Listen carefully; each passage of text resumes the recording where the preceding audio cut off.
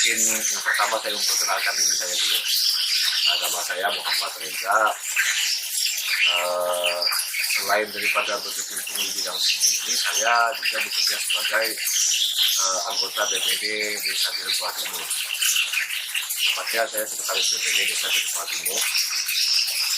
Jadi apa yang melatar belakangi tentang semua pekerjaan seni budaya yang ada pada saat ini, mungkin alangkah baiknya saya menceritakan historinya sedikit.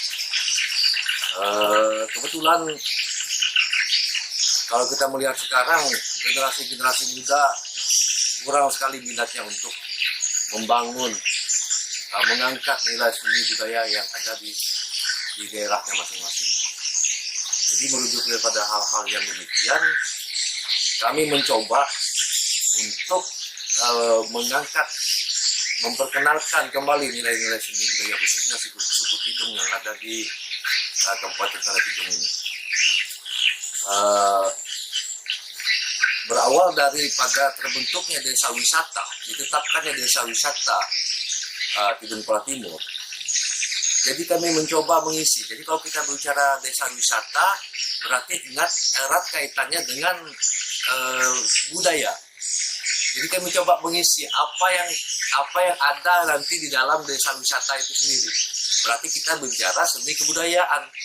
Sementara Kabupaten Tanah Tidung ini sudah dibantu dengan nama Tidungnya. Jadi kita tinggal mengisi, kita memperkenalkan apa yang ada di dalam suku Tidung itu, kesenian Tidung itu sendiri. Mungkin itu latar belakang ya yang memperkasai untuk kegiatan seni budaya ini.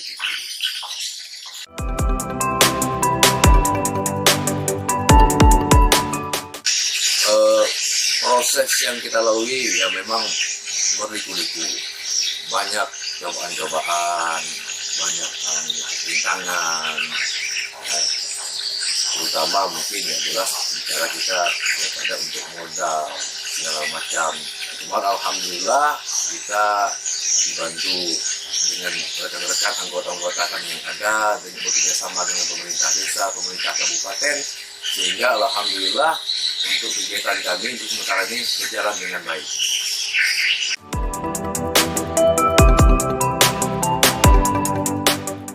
Kegiatan yang saya lakukan selain menjadi siman yaitu bekerja di kantor Badan Permusyawaratan Desa Tidung Kepala Timur.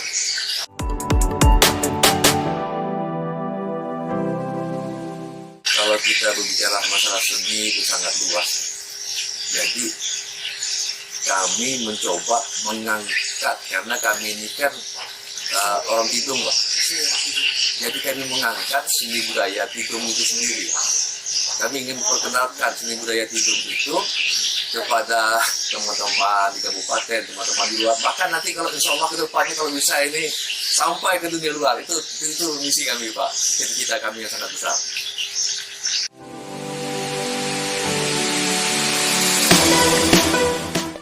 Kalau ketertarikan kepada dunia seni, sebenarnya kita dari kecil sudah berjalan di dalam dunia seni. Nah, kebetulan orang tua kami pun orang seni juga. Jadi kita sambil belajar, melihat, bertanya, sehingga apa yang kita pelajari dahulunya, yang kita anggap mungkin dahulunya pada saat kita masih kecil, kita anggap itu tidak penting, ternyata sangat penting ya sekarang Pak. Mungkin begitu.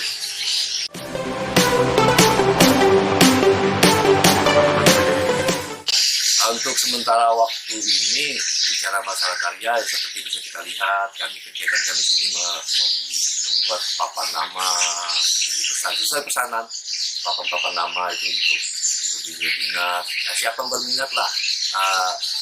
Sama kalau kita pergi ke pendopo Japarudin yang ada di Kabupaten Tanah Tidung ini, alhamdulillah itu termasuk karya-karya seni kami Pak.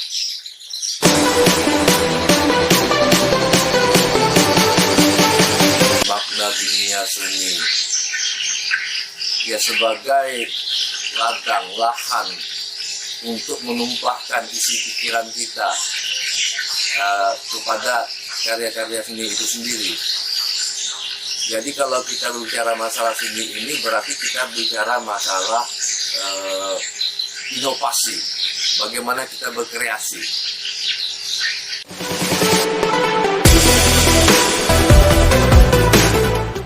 jelas pernah. Kita pernah berkolaborasi dengan ada salah satu anggota kita, teman kita, ya termasuk kami anggap itu guru kami ya, Pak Hadirin yang ada di Desa Gunawan. Jadi karena beliau itu jiwa seni juga tinggi, kita saling bertukar pikiran, berkolaborasi. Artinya yang mana yang baik bisa kita tampilkan di seni kami. Ya itu aja, bertukar pikiran itu berkolaborasi di sekitar seni kita kan.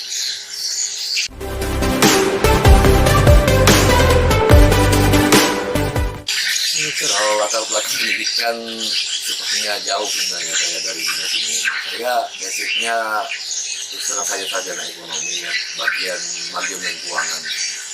Tapi itu tidak menutup diri saya untuk saya berkarya, karena memang basic untuk seni itu sendiri sudah ada pada kami sejak kami masih kecil, karena dari orang tua kami itu sendiri.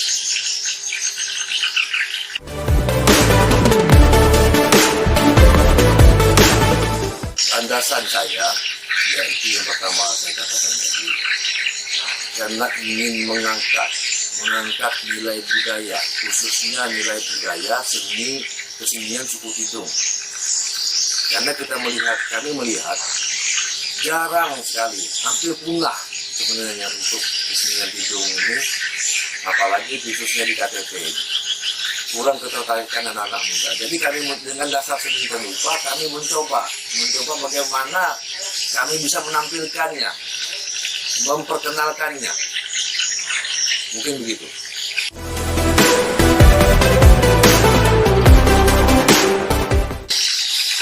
Banyak. Kalau kita bicara masalah aspeknya, ya dari segi perekonomian jelas kita sedikit terbantu lah. Apalagi dari aspek budayanya juga kita bisa pelan-pelan memperkenalkan seperti apa yang telah kami buat, karya-karya kami telah kami buat, sehingga orang mengenal juga, oh ternyata begini, ternyata ada ya motif-motif seperti ini di KTT ini. Untuk itulah tujuan kami untuk sementara waktu ini.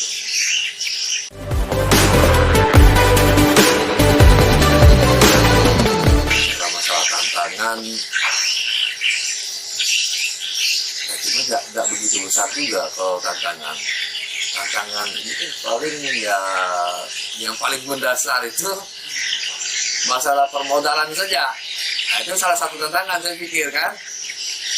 Bagaimana kita mencari modal ini ya salah satu tantangan besar. Kalau masalah untuk seni memahatnya apa segala macam itu ya tidak terlalu menjadi tantangan buat saya. Mungkin sifat tantangan itu kalau kita selalu mau mencari, bosan dengan model sesuatu, kita harus mencari modelnya agak rumit lagi.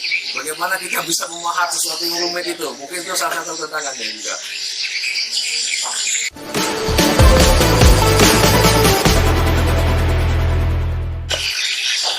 Banyak cara Bang dari inspirasi ini. Mungkin kalau kita berbicara seperti ini agak terkesan lucu bagi orang-orang yang awam. Salah satunya tadi ya, kita duduk pegang pulpen, ambil kertas sambil ngerokok, ya bisa kita. Ini apa istilahnya mencari ilham ya untuk seni itu sendiri ya. Kita melihat alam yang luas. Jadi seni ini bagaimana kita, apa yang ada di lingkungan sekitar kita, mulai tumbuh-tumbuhan yang ada di sini, akar-akaran, itu kita tuangkan menjadi motif. Cuma nanti sifatnya berupa apa, semacam abstrak seperti itu kan. Mungkin begitu.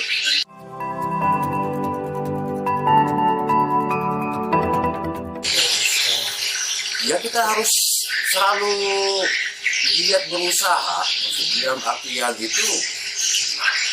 Salah satu cara seperti saya bilang tadi ya, untuk orang-orang seni seperti kami itu, untuk membangun ide kreatif, kami harus mungkin sering berjalan kemana begitu kan, atau hanya sekedar duduk di depan rumah seperti saya bilang, saya lalu melihat segala sesuatu, ini tanaman apa, tanaman ini dan itu. Nah sehingga ya memang kita harus memang daripada diri kita juga sendiri Pak, kita harus selalu berpikiran positif sebenarnya. Karena kalau kita bicara masalah seni ini, kita berarti bicara masalah ornamen, ya kan? Jadi kalau kita tidak berpikiran positif untuk diri kita sendiri, itu bakalan tidak akan bisa kita capai namanya motif-motif yang akan kita buat itu.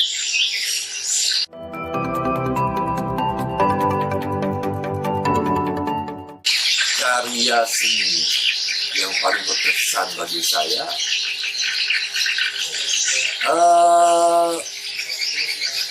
ada salah satu seni yang ada di dua tiang pilar pendopo yang ada di pendopo Jakarudin itu terus terang itu karya pertama kami lah yang bisa kami timbulkan di KTT ini untuk memperlihatkan seni-seni kidung itu sendiri. Mungkin itu yang paling berkesan buat saya. Pertanda lah saya pegang pahat itu, Pak. Jadi itu sangat berkesan buat saya.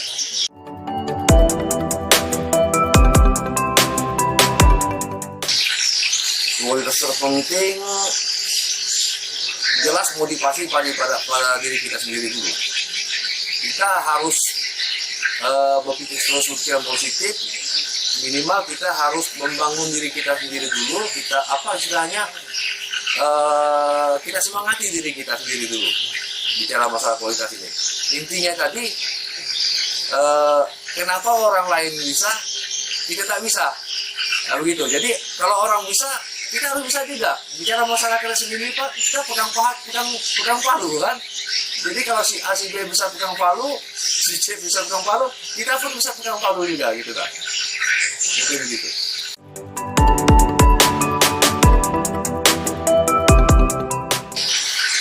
Kritik tentang karya seni. Ya sebenarnya hal-hal yang biasa dalam segala aspek kehidupan. Jadi kritik ini kan ada sifatnya, tergantung kita menilai kritik itu sendiri. Kalau kita down dengan kritik seseorang, maka kita akan down juga dalam bicara masalah aspek kehidupan ini. Tapi kalau kita mengambil bahwa saya kritik orang itu, kita lihat mungkin dia ada sisi nilai membangunnya, ya kan, bagi kami ya. Umpamanya tadi ada yang mengatakan, oh salah karya seni kamu itu tidak begitu. Berarti kan kita mengambil nilai positifnya, oh ternyata di sini tetap kesalahannya, kami harus merubah ini. Jadi kita mengambil positif saja Pak daripada nilai-nilai kritik itu. Kita anggap semua kritik yang ada pada kita itu sifatnya membangun, mungkin begitu.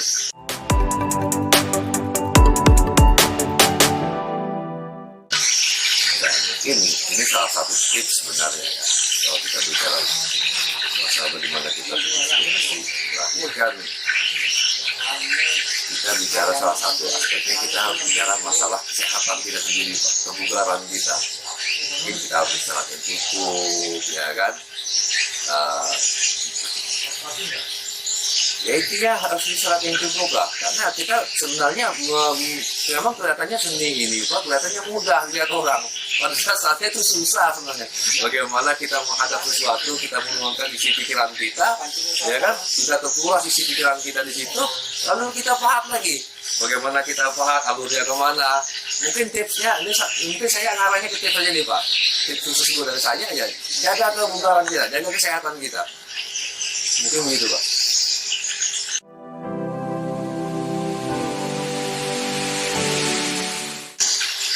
Pendekatan kita berarti karya-karya seni yang baru ya. Ya itu sifatnya merangkul Pak. Jadi kalau kita bicara masalah seni, seperti saya katakan tadi, berarti bicara masalah kreasi dan inovasi. Terus terang kami pun mengambil nilai-nilai modern sebenarnya. Cuma kami tidak menghilangkan nilai sifat tradisional awalnya. Jadi mungkin kemungkinannya nenek datuk kita dulu yang punya karya seni ini, mereka ini kan Pak berkreasi juga, berinovasi juga. Sehingga turun-temurun lah karya seni tadi, bagi orang yang memiliki seni itu, kita berkreasi juga, berinovasi juga. Mungkin seperti itu.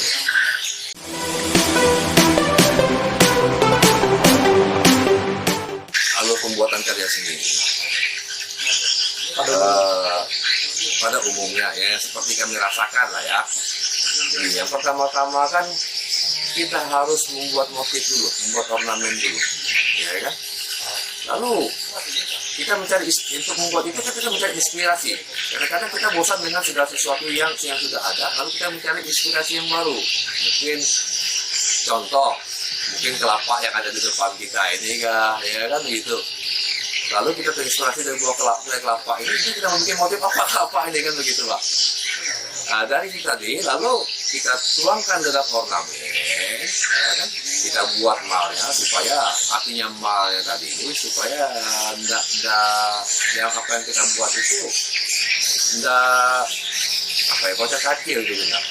Kadang-kadang kan kita kan namanya ornamen ini Pak, begitu kita enggak buat malnya, ini kita bikin lupa nih. Nah itu khususnya mal. Lalu kita buat mal, kita malah di papan seperti ini. Nah kita pahat dia. Lalu setelah dipahat, nah, kita amplas, kita ya selesai.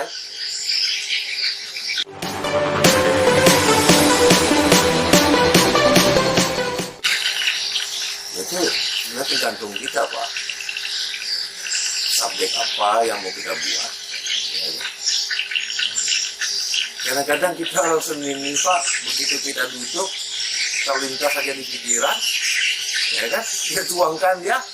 Nah, cepat-cepat kita jadikan ornamen, cepat-cepat kita pahat. Mungkin simpel-simpel aja lah Pak. Kadang-kadang mengalir aja seperti itu nah.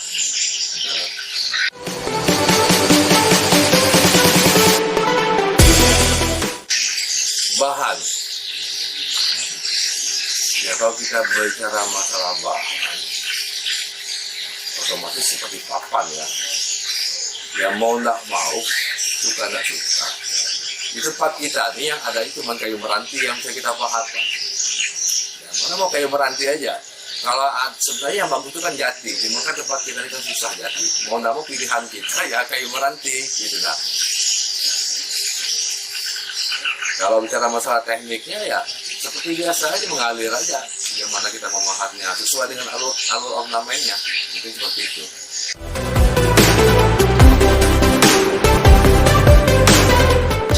Bicara rutinitas, selain daripada bekerja di kantor, ya bekerjanya di bagian sini untuk membuat kita kreatif, maksudnya kan. Ya kreativitas kita tuangkan di sini ini. Untuk kegiatan lain saya kayaknya belum ada sekarang ini. Kreativitas kita tuangkan di sini inilah, mungkin gitu Pak.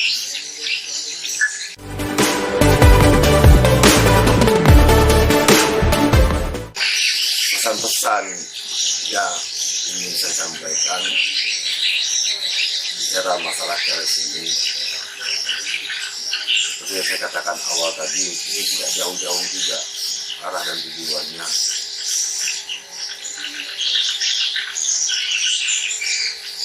Kita bersama-sama lah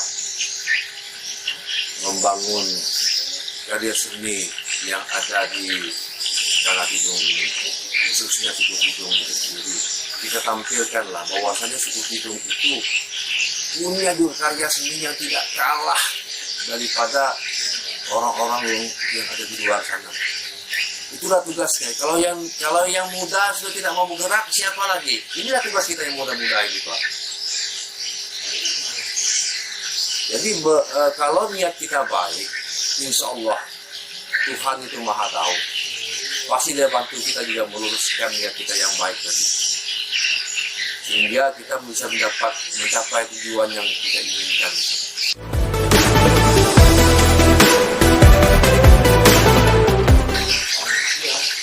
Waktu ini dibutuhkan untuk menyelesaikan sebuah karya. Tergantung sebenarnya dari kerumitan ornamennya itu sendiri. Kalau yang simpel-simpel mungkin dalam waktu 1 hari atau hitungan jam selesai gitu. Tapi kalau yang rumit-rumit ya bisa memakan waktu berhari-hari juga, bahkan berbulan-bulan.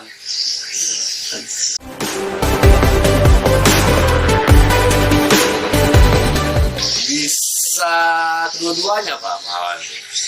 Bicara itu. Ya bakat juga karena saya bilang tadi itu ini bukan menyombongkan diri istilahnya tidak ya. Bakat ini karena memang orang tua-tua kami ya kan memang orang seni juga. Jadi kita sering melihat itu, memperhatikan itu, kita mempraktekkan pada saat kita masih kecil itu ya saya anggap itu mungkin ya, bakat juga. Ya kalau bicara masalah bakat sehingga apa itu kita kerjakan sampai sekarang ini ya menjadi hobi juga. Bakat sekaligus hobi. Kalau untuk saya kedua-duanya sekali itu.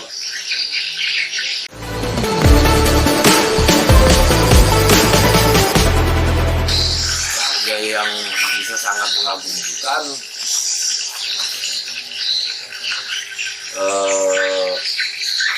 contoh begini ya, kalau kita seorang seniman ini, karya ini yang kita buat ini melebihi dari daripada karya-karya yang telah kita buat yang lalu. Karya yang kita buat ini belum ada dibuat orang lain. Mungkin itu yang sangat mengagumkan. Ini menurut saya pribadi. Mungkin itu yang sangat mengagumkan.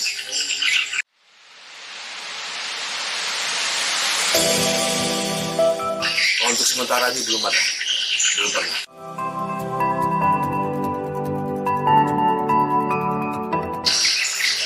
Mengevaluasi, ya salah satu caranya ini kan kita harus sering-sering melihat, membanding-bandingkan pekerjaan kita yang awal sama kita kerjakan sekarang, ya kan?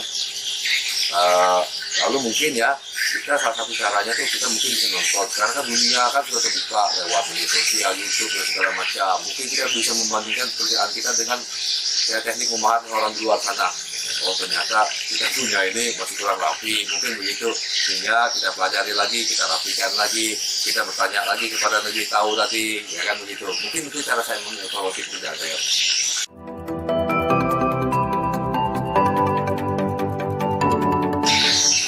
Tips dan saran. Jelas yang pertama, pandai-pandailah kita membangun, memotivasi diri kita, ya kan? Jadi tips dan saran saya ini bukan hanya kepada karya seni saja. Apalah potensi yang ada pada diri kita ini, kita coba gali, kita bangunlah dengan nilai-nilai positif yang ada tadi. Itu yang pertama. Yang kedua, apa ya? Selalu jaga kesehatan, kebugaran. Itu yang paling penting.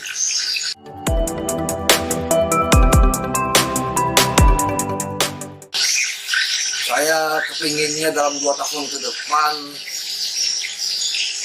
yang jelas bicara masalah, ini saya katakan kelompok seni kami lah ya. Untuk saya pribadi, saya tuh kepinginnya tuh membuat suatu relief yang besar. Itu Pak. Bukan hanya 2 tahun ke depan, kalau bisa 1 tahun ke depan. Itu cita-cita besar saya. Dan saya ingin tampilkan itu. Jadi apa harapan ya tentang ini kan? Saya ingin tampilkan dia itu di depan kantor desa Tinumpala Timur itu. Itu harapan saya yang paling besar.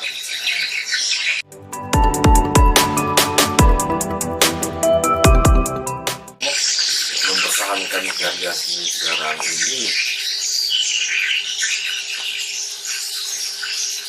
ya kita harus sering-sering melatih diri, berkreasi, berinovasi, berkolaborasi dengan teman-teman yang ada. Jadi bicara masalah seni ini, kita khusus orang seni ini selalu sering merasa tidak puas. Itu sudah pasti itu, selalu merasa tidak puas. Oh sudah ada ornamen ini, kepingin ornamen yang ini lagi. Gitu. Jadi itu tidak mungkin, kita perlu selalu berkreasi yang bagus, berinovasi, berkolaborasi dengan teman-teman yang ada. Mungkin begitu ya.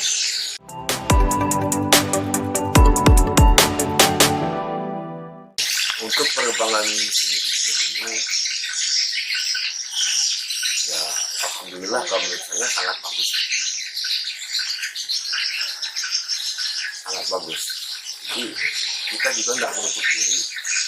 Kalau ada, sekarang juga ada beberapa anak muda, beberapa kalangan juga suka datang ke tempat kami, alhamdulillah. Saya senang dengan hal seperti itu.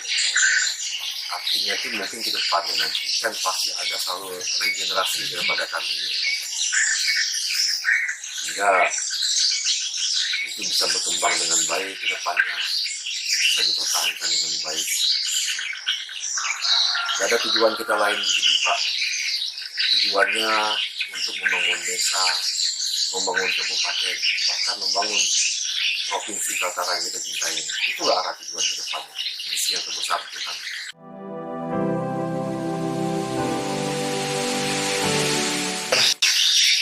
pertimbangan saya, harapan saya, hidupkanlah seni-seni yang ada di Kalimantan Utara ini. Kita punya banyak suku-suku. Ya, bagi kita bicara seni, bicara kebudayaan, bicara masalah suku. Kita banyak sekali suku-suku yang ada di Kalimantan Utara ini. Etnis kita. Mungkin dari suku Hidung, mungkin Berusu, mungkin Dayak, yang lain-lain. Kita bersama-sama lah. Kita berkolaborasi dalam hal seni budaya yang baik. Sehingga bisa kita wujudkan bahwasanya provinsi Kalimantan Utara ini tidak kalah dengan provinsi-provinsi yang ada di Indonesia di tempat-tempat yang lain. Kita tidak kalah. Jadi sama-sama kita membangun. Bagi kita orang-orang seni, kita bangunlah provinsi Kalimantan Utara ini dengan basic kita, dengan latar belakang kita yang berjiwa seni ini. Semua berjalan pada tupoksinya masing-masing.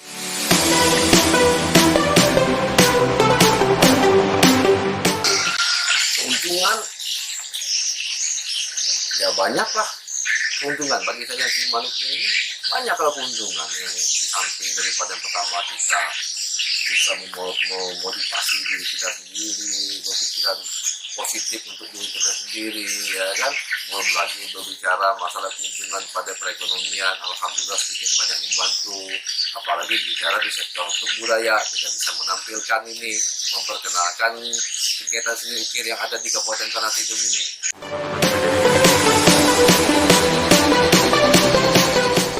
Wah, belum, masih jauh lagi. Ya, kita masih mau terus berkarya. Masih semangat ini, semangat muda masih, Pak. Masih terus mau berkarya.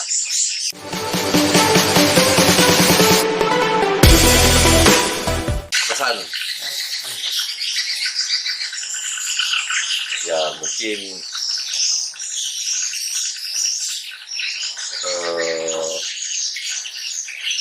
harus lebih sering lagi menggali potensi-potensi untuk seni budaya yang ada khususnya di Provinsi Kalimantan Utara ini. Ini kan dia punya ada beberapa 5 kabupaten ya. Mungkin di Kabupaten Tanah Tidung ini punya seni ukir. Mungkin di kabupaten lain punya seni yang lain lagi. Sering-seringlah menggali budaya nanti kan untuk memunculkan nilai-nilai kebudayaan yang bisa khusus nanti mengangkat wisata di Provinsi Kalimantan itu sendiri, Kalimantan Utara itu sendiri. Itu pesan saya. Kesannya, bicara masalah kesannya, karena terangnya kan kita masih perdana ya ketemu ini. Alhamdulillah saya sangat terkesan dan sangat berkesan malah nih. Sudah mau jauh-jauh datang ke sini, ya melihat apa yang telah kami buat kondisi kami di sini, ya kan. Harapan kami untuk kedepannya sering-seringlah lagi main ke sini. Mungkin kita bisa berkolaborasi kah, ya kan, karena untuk mencapai segala sesuatu tujuan itu Pak, menurut saya kita nggak bisa jalan sendiri. Kita harus bekerja sama, berkolaborasi dengan pihak-pihak yang terkait, ya kan, mungkin seperti itu Pak harapan saya.